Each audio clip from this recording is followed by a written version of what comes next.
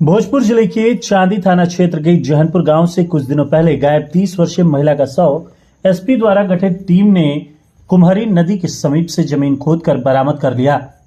जहां हत्या करने के बाद अपराधियों ने शव को जमीन के अंदर गाड़ दिया था। टीम ने इस मामले में साक्ष्य के आधार पर 2 लोगों को गिरफ्तार भी किया है।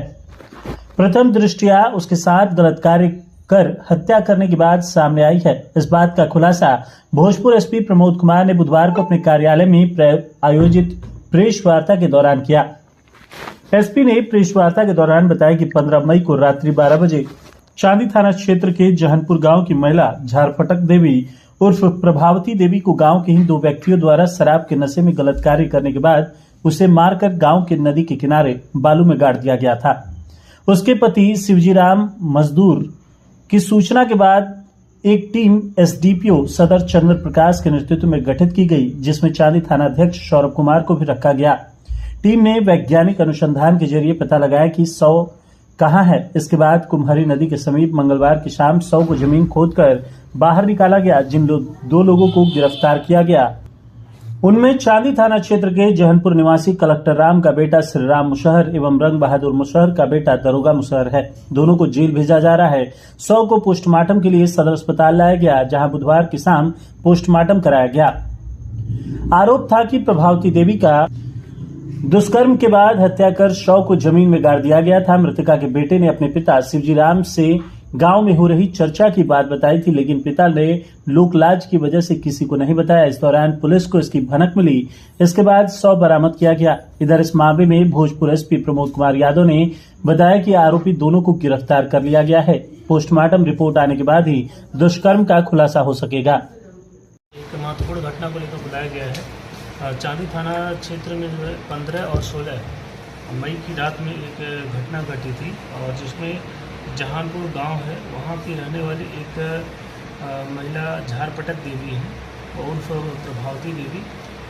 इनके पति ने इनको आरोप लगाया कि इनके पड़ोस के ही 2 व्यक्तियों ने जो है इनकी पत्नी के साथ संभवतः कुछ गलत करके जो है फिर उनकी हत्या कर दी। हत्या करने के बाद इनको ले जाकर नदी के किनारे जो है मिट्टी में गाड़ दिया।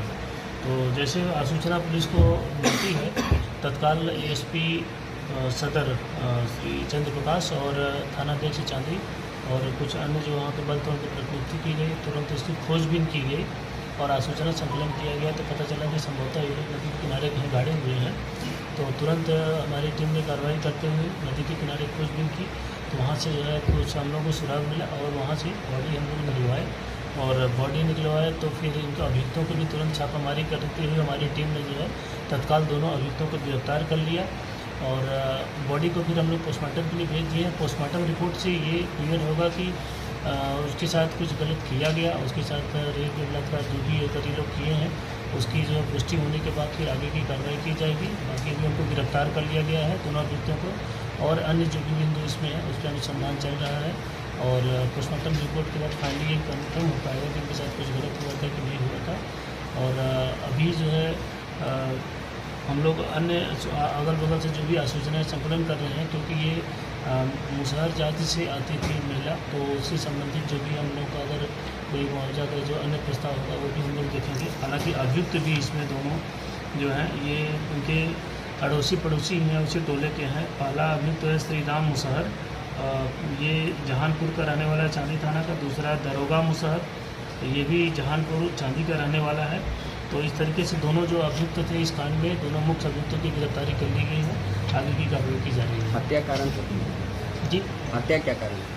हत्या का कारण अब एग्जैक्टली अभी ये लोगों ने नहीं बताया है, लेकिन हम लोग इसमें अनुसंधान कर रहे हैं। इन लोगों का कहना था कि संभवतः वो लोग जो है नशे की हालत में थे, जिससे महिला के साथ गलत किए और फिर उसको अपना साक्ष्य मिटाने के लिए उसे ले जाकर जो है गाड़ दिए जो है मार के। तो अब हम लोग इसमें अभी पोस्टमार्टम रिपोर्ट आ जाएगी और उसके आधार पे हम लोग आगे जो भी हम लोग कार्रवाई होगी करेंगे। लेकिन हम लोगों ने तत्काल जो है हमारी पुलिस ने कार्रवाई करते हुए दोनों मुख्य अभियुक्तों को गिरफ्तार कर लिया है और उनको जो है न्यायिक हिरासत में भेज दिया है। कितने लोग शामिल हैं?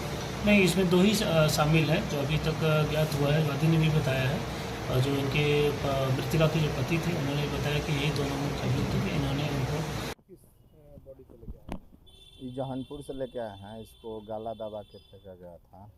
अच्छा, गला दबा कर हत्या किया गया जी। कि कौन, मैंने क्या, कौन मारा है, कुछ पता चला? ये अब इसका ये पता नहीं है। परिवार के लोग ये परिवार के लोग फरार है। शादीशुदा है, हाँ। तो अभी कुछ पता नहीं चल पाया है कि किस वजह से मारा गया है। नहीं, दहेज वहेज का कुछ ये नहीं है। कुछ पता नहीं।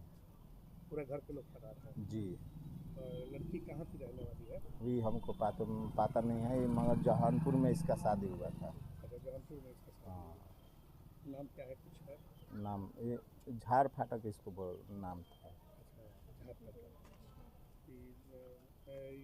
मुसहर हाँ हाँ, जात के मुसहर है। कहाँ से बरामद हुआ है सौ? ये सब नदी के किनार से। गांव के ही नदी के हाँ, जहानपुर गांव के नदी के किनार से। क्या नाम है आपका? रमेश कुमार, कौन से थाना से है? चांदी थाना से है। आपने सुना होगा गुरुकुल, लेकिन अब देखने को कहाँ मिलता है। परंतु आज भी कहीं कहीं ऐसा विद्यालय है जहाँ पर गुरुकुल की परंपरा देखने को मिलती है, जहाँ पर संस्कार और अनुशासन कूट कूट कर भरे हुए हैं। आरा में मझुआ स्थित संभावना आवासीय उच्च विद्यालय इसका जीता जागता उदाहरण है, जहाँ पर शिक्षा के साथ साथ संस्कार और अनुशासन बच्चों के अंदर कूट कूट कर भरे जाते हैं, जहाँ पर बच्चों के अंदर आत्मनिर्भरता और सादगी के गुण पिरोए जाते हैं।